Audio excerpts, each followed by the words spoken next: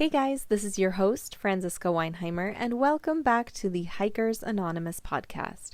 On this podcast, I help share people's inspirational stories about how hiking, backpacking, and the outdoors changed their lives. If you have an inspirational story about how the outdoors positively impacted your life, please send a short synopsis to hikeoregon@hikeoregon.net and put in the subject line podcast guest. Today, I am talking with one of my closest friends, Randi, whom I met in 2017. We have gone on hundreds of hikes together and have learned so much about hiking, backpacking, and car camping together over the years. Randi's life story is a unique one, and she inspires me every day with her strength, resilience, and fortitude. Okay, we are here with Randi today. I'm so excited to record this episode because Randi and I have been friends since 2017. Yeah, I've gotten to know her so well. She is literally my best friend, and so excited to have her on and for her to tell her story about how she got into hiking and backpacking. I know she didn't grow up hiking and backpacking. She grew up horseback riding. So we're going to hear from Randi about her story. So, thank you for having me on. This is interesting and fun already. So I did not grow up hiking and backpacking at all. I didn't really even know it was a thing. I grew up in the country on about 10 acres, and I spent most of my life outdoors, but on horseback or doing 4-H kind of stuff like that. Graduating from high school and moving on into adult life, your life changes drastically. And I got married, and I had a son. You got married young? Yes. Well, I did. I got married the first time right out of high school to my high school sweetheart. Yes. Oh, wow. And so, yes. And that lasted about 5 years, and then we divorced, no kids there. And then I met the father of my children not long after I got divorced. And he had a son, so we immediately wanted to give his son a sibling, and so got pregnant right away. And then we moved up and down the West Coast for 3-4 years, and towards the end of our marriage, I was pregnant with my daughter, and their dad committed suicide. And we were in Southern California, and my parents lived in Oregon. So I had family just packing up my house immediately because I wanted to be home with my mom when I had my daughter. I didn't even get to say goodbye to my stepson, whose mom came and took him back because I actually went into labor at their dad's funeral. Oh my gosh. I didn't know that. At the funeral? Yeah. Holy crap. So immediately following that, my sister-in-law took me to the hospital. And in California? Yes, in Riverside. So my stuff was on the way to Oregon. We had left the house that I was living in, and I went into labor, and so they took me to the hospital, and I told the nurse, doctor, whomever, I'm like, I do not want to have this baby here. I have to get home first. So they stopped my labor. No! Yeah. So they stopped the labor, and then I went home. And then you drove to Oregon. Well, was not driving. Well, you weren't thankfully. driving. Yeah, no. But my husband at the time, his aunt drove me up to Northern California, and my parents drove down to meet her and exchange me. I mean, this is all just pretty much a blur. A blur, yeah. Yeah, and so then I lived with my parents for a while. And I got on my feet, and then I'm raising two kids. So I didn't do anything but... Yeah, you didn't have hobbies? No, I was just trying... Yeah, I don't even remember the first year or two. Yes, yeah. Very much in survival mode. So that, it was like that for years. Yeah.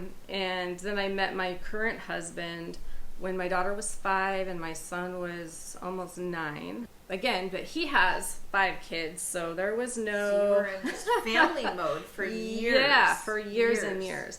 And then my son, obviously had some emotional distress issues because his dad committed suicide. He lost his brother, his grandparents, aunts and uncles all in one day.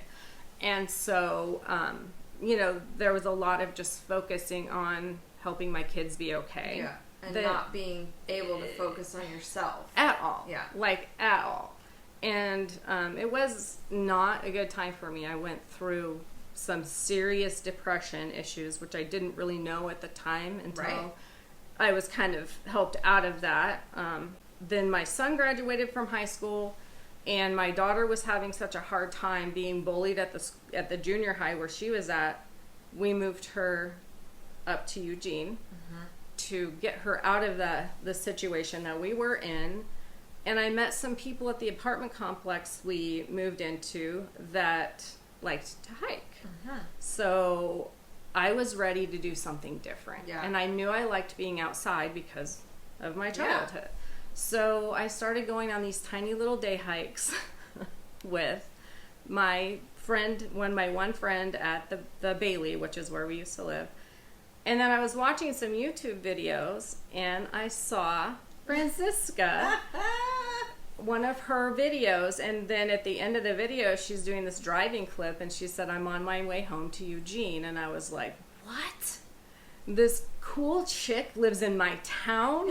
So I reached out to her, and I'm like, "Hey, would you like to hike sometime?" I thought she was going to be like, "Yeah, I don't have time," because she's on YouTube. We were both part of a Facebook hiking group. Yeah. Girls Who Hike. Oh, yes. Which doesn't exist anymore. No. But, yeah, so I think that's how you found me, and then you messaged me through that. Yes. Yeah. And so we hiked together for the first time, and I was so out of shape. It was ridiculous. I took you on, like, a long hike. I'm not sure what I was thinking. I don't know. I mean, I took her on literally a 12-mile hike. I took you on what's it called? I don't remember. I remember it was fun, but it was so hard because in the meantime, in all of that story, I had both my shoulders had to have surgery, so I pretty much was a couch potato and atrophied for many years. Yes, you were out of shape. Very much so. I had next to no muscle mass on my body at all. So it was very hard. Yeah. I'm trying to hike and I can't even talk, and I'm like, oh my gosh, this is embarrassing. But it was also fun. I realized in that first hike, because it was so hard, it gets your adrenaline going and your endorphins going, and I was like, and then we get to the top, and it was this beautiful view of the Three Sisters and whatever. What the fuck is that hike called? I don't know. It's not McDuff. It's, oh my god, this is annoying me. We'll have to look back on our photos. No, it was amazing, and I realized in that moment that I needed to do that more because I found a tiny piece of myself that day that I didn't even know existed because it had been gone for so long. Yeah. And so, but I also realized I was out of shape. Right. And I needed to catch up to speed. And I also realized that I knew nothing about hiking and backpacking, legitimately nothing. So then I started binge watching all of your videos. And I started learning videos. Yeah, but it was just yours at first because I didn't know that there was a whole world and community. Yes, exactly. I had no idea. I mean, I didn't really either. So I was binge watching all of your content and all of your what's in my backpack, just all that stuff, and I realized this is a whole new world, and it felt like home. So I am also a data nerd, so I'm researching all the things and all just pouring so many hours into just learning about this hobby. Yes, and it was amazing because it was something new. It was so interesting, and it was something completely for me. My husband does not hike or backpack. He will car camp with me now, but he's just not. That's not his jam. Yeah. So it was just completely for me, not for anyone else, but for me. And it was, at first, it was a little hard to be that selfish in a way. But then I realized that recharging myself made me a better mom, made me a better wife, just because I was mentally in a better headspace. yeah, and it just became like an addiction for a while where that was my drug. Yeah. Hiking is my drug. I needed to do it often. Yeah. We went, every week, sometimes multiple times a week. Randy is lucky enough to be able to hike during the week with me, so that's yes, how we bonded, because we got to hike together so much versus like a lot of our other friends, are only available on the weekend and not even every weekend, so we don't get to see each other as often. So yeah, Randy and I can just basically pick a good weather day and go, which is incredible. So we went hiking all the time. Yes. And then in 2018, we attempted a thru hike of the Oregon section of the PCT. But it was a horrible fire year, so we had to skip sections, and then there was injuries, and so it didn't end up being even a half. No. We did maybe a third. We did Mileage together wise? 100 miles. 110, and then, that's yes, right. Okay. Yeah, over 100. And then... Okay, so a quarter. But lessons were learned. Let me just say. Right, lessons were learned. Before this trip, she had only gone on one overnight, like a one-nighter. I took her up to Broken Top when you were still able to camp there by No Name Lake, and we did a one-night thing. And that's all you had done. Yeah, that's it. And then the following summer, that was the fall of 2017, the following summer, we took on this huge, monumental thing, which, looking back on it, maybe we should have started a little bit smaller. I don't know. No, I think it worked out perfectly because the lessons were learned, and my growth as a human being that summer was pretty huge. Yeah. So, yeah, I don't regret it. Yeah, it was great. It was awesome. So, and then after that, it was pretty much every summer. Yeah. Hiking. Multiple excursions, backpacking. Doing all the things. Yeah. Everything we could fit in. We just crammed it in. Yeah, we really did. We did. We crammed. Yep. And that is something we will talk about on a later episode. Randy and I really both have the same sort of feeling, and I'm getting a lot of the same from other people that I'm interviewing, is this sense of urgency when it comes to hiking and backpacking, and the sense of panic. So we're going to talk about that on a totally separate episode because I find it very interesting. And I think you got your gear really dialed in over the years, too. Oh, which is another learning experience, I guess, that we had on our PCT trip. Yes. Yes, we did. Yeah. Yeah, I tried many packs before I settled on the one I have now. Even at that, I needed to tweak that pack going forward on different trips. Yeah. And shoes. Shoes was a thing, yeah. So many shoes. And puffy coats. I sound like a girl. Shoes, puffy coats, and purses, essentially, what that is. Oh my goodness. Okay, well, so that's the story. Yes. How has your hiking journey changed from the beginning? I know that's kind of an obvious question, but... No, it has changed a lot. So the first couple of hikes I went on before I even met you, I went up Spencer Butte, and if you're not in this area, it's this little hike in Eugene, and it just goes up to a little butte. Yeah. But I wasn't from this area, and so as I'm hiking up it, I feel safe. There's lots of other people around, but then I get to a point where I'm with my daughter. She agreed to come with me, and she's never been since, so that tells you a lot about that. But we got to a point right before you hit all those stairs, and there's basically stairs notched into rocks. Yes. And she was tired because she was not excuse me. Yeah, and it was, a pretty extreme up for people who don't hike. It's steep. And so she didn't want to go, but she's like, Mom, you can go. And I was so scared of leaving her Which is so funny to think about. Yeah. So I wouldn't go. I'm like, no, I can't leave you here by yourself. In the woods. Yeah, I mean, I just didn't know, Right. you know? I'm also a true crime buff, so, I mean, there's a little bit of that happening. But, yeah, it's just I couldn't leave her. I'm like, no. So, you know, we came back down, and then later as I'm hiking more and going further out and stuff, I'm just like, that was so ridiculous. Well, you yeah, know? but you just But you I don't know. I did not know. And I had this irrational fear of someone stealing my child. Right. Even though she was like 15 years Right. old. Well, and now Randy like solo backpacks and stuff like that. So it's really changed.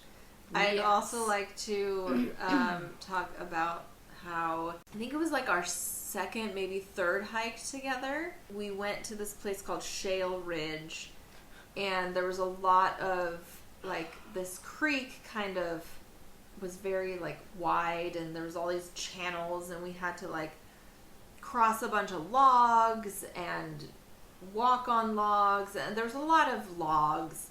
This was before your fitness journey. Oh, yes, for sure. So you'd just been hiking. You hadn't really been doing any gym workouts or anything.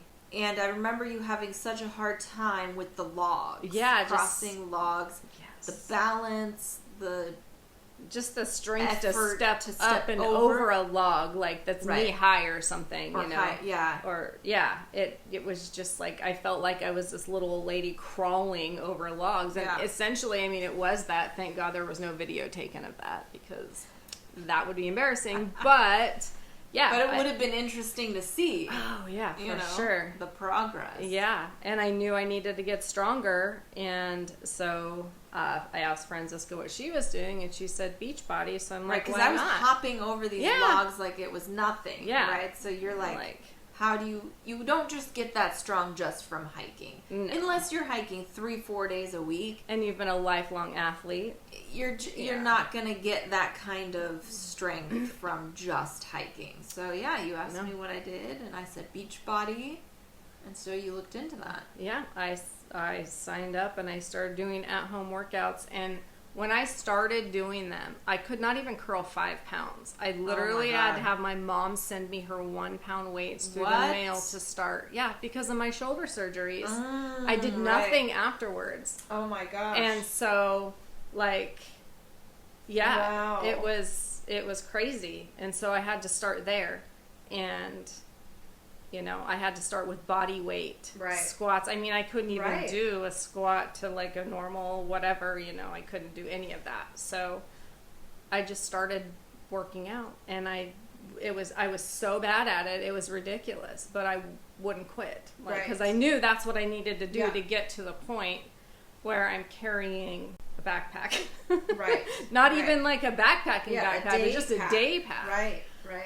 And so, yeah, that began my fitness journey, and I actually fell in love with fitness to where it is just about parallel with hiking as far as, you know, like my passion and how I feel, and led me into researching a lot of nutrition. And so being a data nerd, I just dove right into that as well, because I saw how much it improved my hiking and how much stronger I got, and better balance and more confident.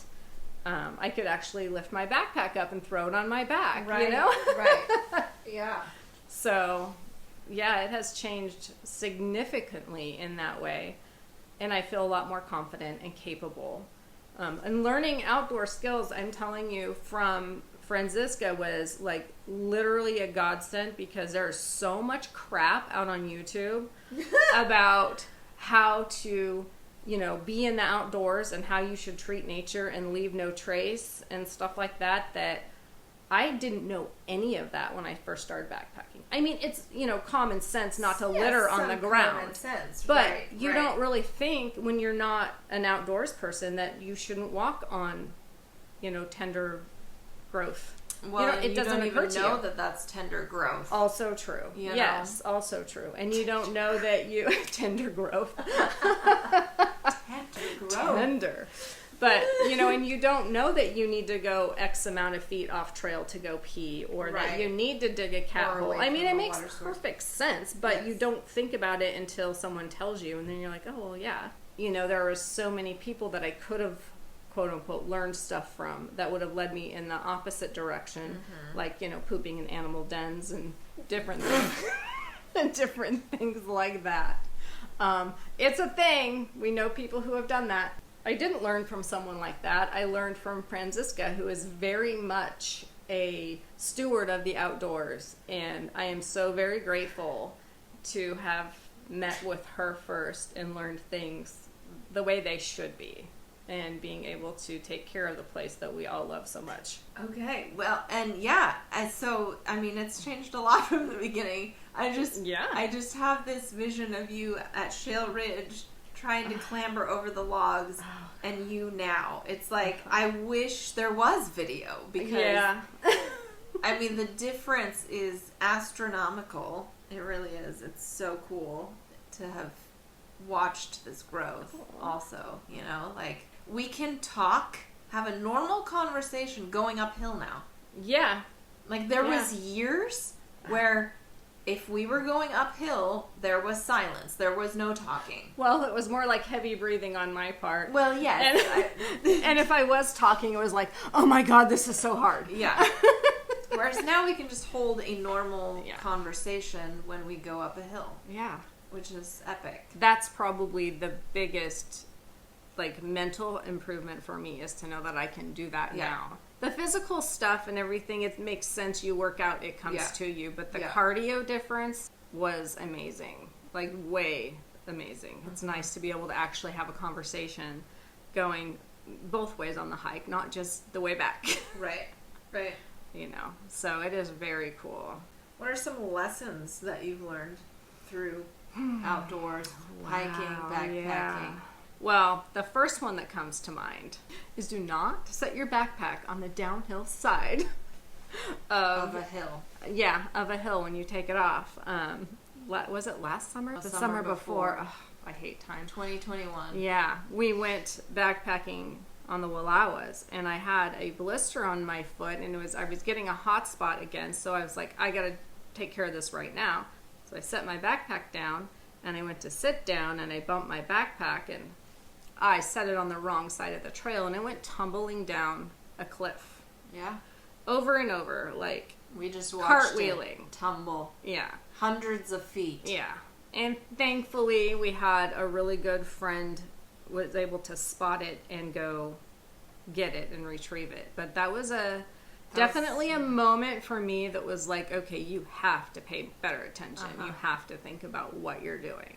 Yeah. So that was like literally the biggest lesson, because it could have been disastrous. Right, because we were days into a loop trip at this point. So it's not just like, oh, we were a day, like we could have hiked out that day or something. Like, no, it was a few days into a loop. So, that would have been not good. No. The second thing that comes to mind was something that happened on our Rogue River Trail. Last year. We all had to take bear cans, of course, and we stashed them in what way we thought, okay, this will be fine, but there was a bear watching us eat dinner, so we knew it was there, and we tried to kind of put our bear cans where we thought they would be okay. Yeah, we kind of like snugged them at the base of some trees. Yeah. And like you would. Right. However, this bear decided to make off with my bear can. He rolled it away bit somehow. Holly's bear can and put teeth marks and claw marks in it. But he happened to get my bear can out of the little trees and rolled it down a hill the nearest we could figure. And so all my medications... We searched for this can for hours the next morning and couldn't find it. So we're assuming he rolled it down this hill, the only hill that was there, and down into the bush somewhere. Yeah. I mean, we searched, but it was... couldn't find it. Yeah, it was... Yeah. And so... But all my medications were in there, and that was... My inhaler was in there, and all, stuff like that, which was very scary for me because, Right, that's life-saving medication. Yes, it's stuff that you have to have every day. And so that was like a big lesson in that you can separate out your toiletries kit to stuff that doesn't actually smell. need to go in there, because Right. medication has no human smell. It's just Right. medicine. So, that was a huge thing. It's like, if you have life-sustaining stuff, don't put it in your bear can. Yeah. There's no reason to. No. And then the other lessons that were just more slowly learned was how you can go from being completely inexperienced with zero knowledge to the point where you are a very capable person and then able to help other people. And it took me a few years, but it wasn't, the learning curve, the barrier to entry is not very steep as long as you're doing your research and you're making sure you're learning from someone who knows what they're talking about. So that was a huge change from just sitting around the house and being a mom to actually taking... you basically went from that, and in 2 years you were solo backpacking. Yeah. So that's and I felt awesome. very And you comfortable felt very going out and doing it. and capable, right? Yeah. Right. There was lessons you learned after that too, but you Right. felt Yes. capable enough in about 2 years of hiking Mm-hmm. to do that. Yeah, and it was Which on is the awesome. PCT, so it's, granted, as it's safe not- as you can get, really, as far as, like, people are coming by, so if you get injured, that kind of thing. Yeah, I still felt comfortable doing that, going out into the wilderness by myself and feeling completely competent, which, is a whole new thing for me as well. Yeah. And just learning about myself as a person. Learning that, it's like when my children's father committed suicide, that was a whole different level of knowing how strong you can be because you have to be. But doing something like this, you learn how strong you can be because you want to be. And I learned that if you want something bad enough, you find a way to make it work.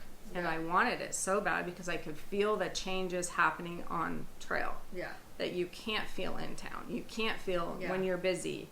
But when you're out there with the trees, and like you and I will talk all the way out to the trailhead. And the first, I don't know, however long of the hike, but at some point we usually fall into silence for a while. And we're just soaking Especially backpacking. in. Oh, yes, for sure. And we're just soaking it in. Like you can feel the energy in your own body just change. And you get super peaceful. And you can actually, for the first time in my entire life, I could literally think about nothing. Franziska has coined a phrase for that, but I don't think about nothing ever. My brain is always going 90 miles an hour. Right. Until I'm on the trail for a while, and then I can really just think about nothing. And that is your pretty brain amazing. is empty. Yeah. And that is an incredible feeling. That is why we go backpacking. Yeah. To empty our brain and hug the fuzzy trees. Yeah. Yeah. So that is a huge change for me too, to realize that my brain can actually think about nothing. I'm capable of doing that. Right. Because I didn't think I was before. I thought, no, I don't understand how people think about nothing. I think a lot of people think that can only happen during like meditation or something like that. Like you have to sit still and like breathe and empty your brain, but like that can come naturally. You don't have to do it that way. And I can't do it I that can't way. either. I just get mad. I can't either. It doesn't work. I have to have, when your feet are moving and the rhythm and the sound of your feet on whatever turf you're walking on, it's, it's almost like, it just puts you in that frame of mind, once you're out there for a while, I call it backpacker brain escape. Yeah. And every it's time. a beautiful state. It is. Very, very much so. Okay, let's go hiking. I know, right? I think we need that. Oh, wait, hold on. Before we move on, let's go back to how has your hiking journey changed from the beginning? Because we talked about this the other day, also with the sense of urgency. I feel like we had the same sort of journey as far as like in the beginning. It was very much like we have to go do all the things. Yes. And it was FOMO all the time. All the time. Like if we weren't hiking, it was FOMO. Yeah. Like we were automatically. yes. Like we were looking at Instagram pictures of other people. We were watching perusing videos. Facebook, Yeah. watching the YouTube videos, right? And then we've both, I feel like it's nice because we're both kind of going through these phases at the same time. Yes. Which is nice. Yes. And so we've kind of dubbed it now our slow down era. We're in our slow down era. Yes.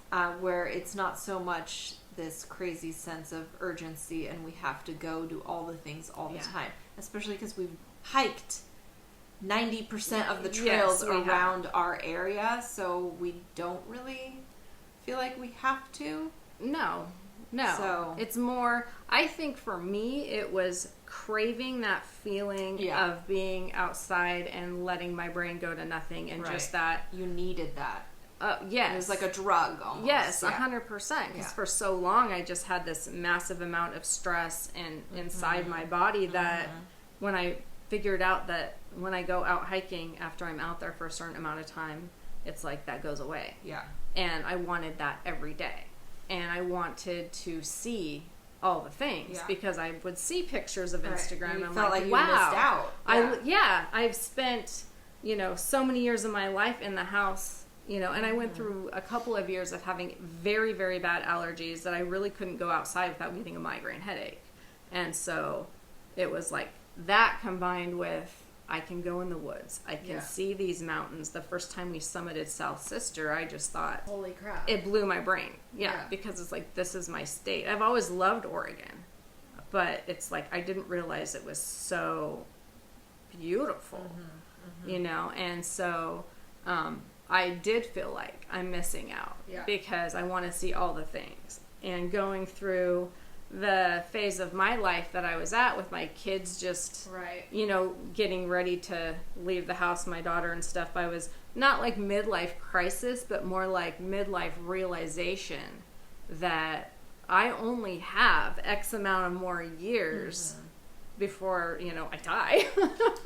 And so it's like, not only did I need to get in shape so I could do this, but I needed to do it. Yeah. Like, you don't have all the time in the world. And so I was just very much, I want to do it, all the time. And so we did for 4 years straight. Definitely a few years. Yeah. Well, and then 2020 happened, so nobody was doing much of anything. And then 2021 was amazing because we had all those great car camping trips that we did and backpacking. I did a lot of book research, and Randy joined me on almost all of my book research trips. So that was pretty epic. Yeah, it was amazing. And now, ever since then, we've kind of been slowing down. Randy's now a grandma, so she's with her little one a lot of the time. She moved out to the country, so she gets to actually be among the trees versus in an apartment, so that changes things a little bit. And a lot of it, too, is just that we make... Now, instead of the amount of trips that we make quality trips, and I think that is right now where we're at because, you can go on 10 hikes a week and it's great to say, oh, I went on this many hikes, I hiked this many miles. But at this point, we're like, that's not really necessary. Yeah, that's not a benchmark we're looking to hit. We're looking to hit like the quality of each adventure. So I would rather go on fewer and make them more enriching and impactful than going on a whole bunch just because you want to say, oh, I hiked X amount of miles today. Right. Like, it doesn't really matter. I don't have words. Okay, what is currently one of your favorite things about hiking, being in the outdoors, backpacking? I honestly would say, besides the smell of the trees, because there is that smell that I wish I could bottle, besides that is connecting with you and Holly and Tanya, like our core little hiking group. We hike most of our hikes together, and just that female connection, because growing up, I had changed best friends every year because we lived in the country and I didn't see them over the summer. And then as an adult, moving all up and down the West Coast, again, didn't really have that female connection. And I didn't really believe that it existed. Core group of friends. Yeah, I didn't think that was actually a thing. And now it's like just having that rich connection with you guys is probably one of my favorite things, because we're out there, we're enjoying it, we're dirty, you know, we're laughing, and it's, you know, physically hard and mentally fun. Bonding. And you guys are like the sisters that I never had, you know, so that's probably my favorite part. Okay, last question. What is a message you would like to share with the listeners? You will never fail if you don't quit. If you just keep going, you will eventually get it. One step in front of the other. Yep. Right? Yes, quite literally. Who were we with when we were just like talking about that? I don't know, a couple years ago. Maybe Kara? Yeah, I was going to say, I think Kara. I think it was Kara. Yeah. Or it's just like one step in front of the next. Yeah, you just keep doing it. Walking hard. is easy. Yeah. Like we know how to walk since we were about, 1.5 at least, and you just walk. Any gear advice? Yeah, find the right shoes. First of all. Shoes are important.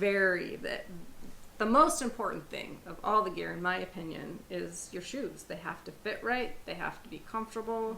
They have to, be able to carry the weight of your pack, whatever pack you're carrying, and yourself. But do that before you actually go on a backpacking trip. Yes, most Test definitely. that out. Yeah. On a day hike with your backpack. Yeah. Before you head out and you're kind of stuck with these shoes that you don't like for multiple days. Yeah. Yeah, because that has caused us a lot of issues. Yeah, for sure.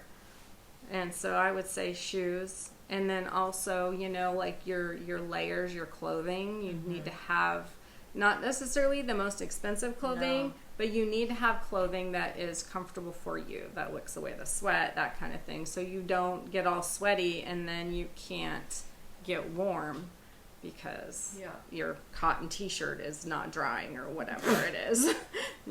It's like, everything else I feel like can be managed. Yeah. Nutrition? Well, yeah. I mean, so that's important to me. Yeah. I have a lot of food sensitivities that I try to work around, which makes it very difficult. Stuff. Yeah, because I do not like backpacker food at all. Yeah. So that does make it tricky. But a lot of people can handle the ramen bomb, I cannot. I think probably the younger you are, the more your digestive system can handle that, maybe. Yeah. But I think something we've learned about food is maybe trying it out before you're on the trail. Yeah.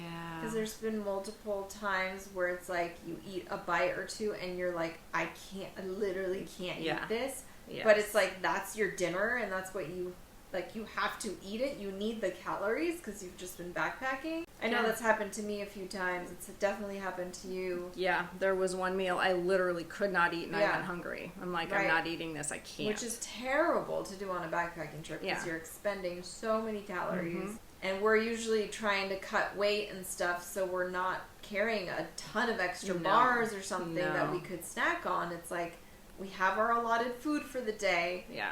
And that's pretty much it.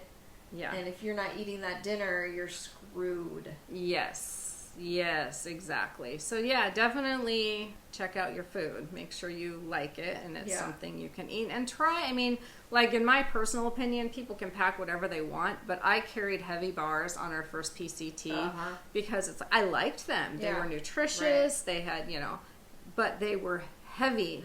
And my food bag. What are they? The Pro bars? Yeah. The Superfood Pro bars. I loved those. I mean, I still do, but they're so heavy that I will never take them backpacking again. And they're too many calories for just a day hike. So for me personally. Try your food, but also keep in mind that it can weigh a lot. It adds up quick. Yeah, so I bought a food dehydrator and I've been trying to play around with making my own backpacking food. But I haven't been successful quite yet. I will. Yeah. But I haven't quite got it to where the meat will rehydrate in the way that I want it to. Well, Yeah. and fast, because it will eventually. But I'm hungry, and it's taking an hour for my meat to rehydrate, so I'm doing something wrong here. You can't do that. But yeah, so definitely food is a good one. Yeah, and that takes time to figure out, I feel like. And unfortunately, it can be expensive, because if you're Right. trying different backpacking food, you buy one to try at home. It's like $12. Yeah. So Or try it on a day hike, maybe Yeah. for lunch, maybe share it with someone. That's Yeah. a good tip. Yes, or if your friends are willing to give you a bite of what they're eating on a Yes, trip, so that you can be that's like, good, too. okay, yeah. I like that. Uh-huh. Yeah. Yeah. Yeah. So I think that's also really nice. I mean, most of the time we're really hungry. Like, I don't know if I want to give you this bite, but but yeah, if you can do that kind of thing, it's a good idea, because I definitely have taken, like, I'd say 5 times I've taken a meal that I just cannot can't eat. eat. And Yep. I'm just like, I know. oh, yeah, It's happened to me, I think, twice. yeah, Once it was too salty. I could not eat it. I was going to throw up. And the other time it was, I choked a lot of it down, but it was way too spicy. yeah. It tasted so good, but it was so spicy. It was very difficult to eat. Yeah. Yeah. No, there's been a few times where I was definitely regretful of not trying it before I took it. But I would just say that, like, also, you pack your fears when you're backpacking. So keep that in mind, because the first time we went out on the PCT, I was scared I was going to starve to death. So I took we had way too more much food. Like, I can't even believe how much food I took. And I mean, we got rid of so much at Crater Lake in that hiker box. Yeah. We got rid of like half our food because we had a resupply box. yes. And we're like, we don't even need this. Like, No. we just needed the dinners, but like, Yeah, I had God, we had so much food. Yeah. So many snacks. And so once you realize how much food you will actually eat, and like, I'm a person that I will eat the same thing every single day. I mean, I do that at home, so Right. it's like easy for me to just lay it all out, and then that's what I'm eating, you know. And I might take an extra snack because I'm hiking, but that's, you know, I eat very similar to how I eat at home, aside from backpacking. I will say though, the issue with that is, because I was the same way for years, probably like the last 3 years or so, I would just take like pretty much the same food backpacking, and it always worked out great for me. The same amount, basically same bar. I mean, I might switch out the bars or whatever if I got sick of a bar, but like pretty much the same stuff.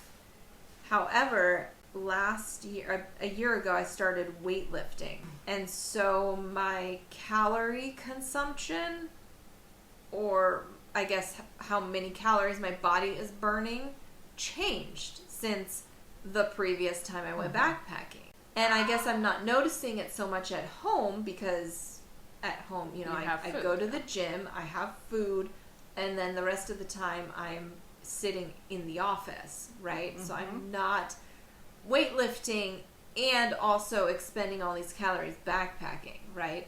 So then this past summer when I went backpacking, I packed the same food, like normal, blah, blah, blah. And I went on a couple trips and I was ravenous the entire time. I ate every single morsel of my food and I was ravenous because my body has so much more muscle than it used to. And it's just, when I'm backpacking, I burn crazy amounts of calories anyway. Yeah. Plus the muscle on top of that. Yeah. I needed to take an extra something. An extra snack or two for every single day. Yeah. Which I didn't realize. So keep that in mind. If you're changing your activity level, you're going to could potentially be a lot more hungry. Yeah. So keep that in mind. Okay. We hit a lot of good stuff. We did. And like I said, Randy and I, we have some great conversations a lot of the time. Usually it's in the car, which I wish we could record in the car, but it's just too loud, unfortunately. So we will table some of these awesome conversations, and throughout the interview episodes that I do on this podcast, we will sprinkle in a fun episode about a subject like backpacker brain escape, how to achieve that, what is it, what was the other one? Post-trail. Post-adventure blues. We would love to talk about that because that I think it affects a lot more people than people like to admit. Or they don't really know what it is until you start talking about it. Yes, yeah. So I think it affects a lot of people who adventure, whether it just be backpacking, car camping, even just going to freaking Mexico, you know? Right, yeah. You come home, you have post-adventure blues, post-trip blues. So we're going to talk about that. What was the other one? The urgency of hiking. Oh, yeah, I don't know what to call that. Well, I mean, it's kind of like FOMO, but it's like level 2 because it's not just what other people are doing, it's what... Yeah, so we're going to talk about that feeling and what is it and stuff like that. We'll create an outline for that. We'll have lots of topics to talk about. And so if you maybe have a topic idea that you would like for us to further discuss, let us know. And thank you so much for being on this podcast. It was so fun. It was fun. Okay, we'll catch you next time. I hope you enjoyed today's episode. Again, if you have an inspirational story about how the outdoors positively impacted your life, please send a short synopsis to hikeoregon@hikeoregon.net and put in the subject line podcast guest. Thank you so much for listening. Stay safe and happy trails.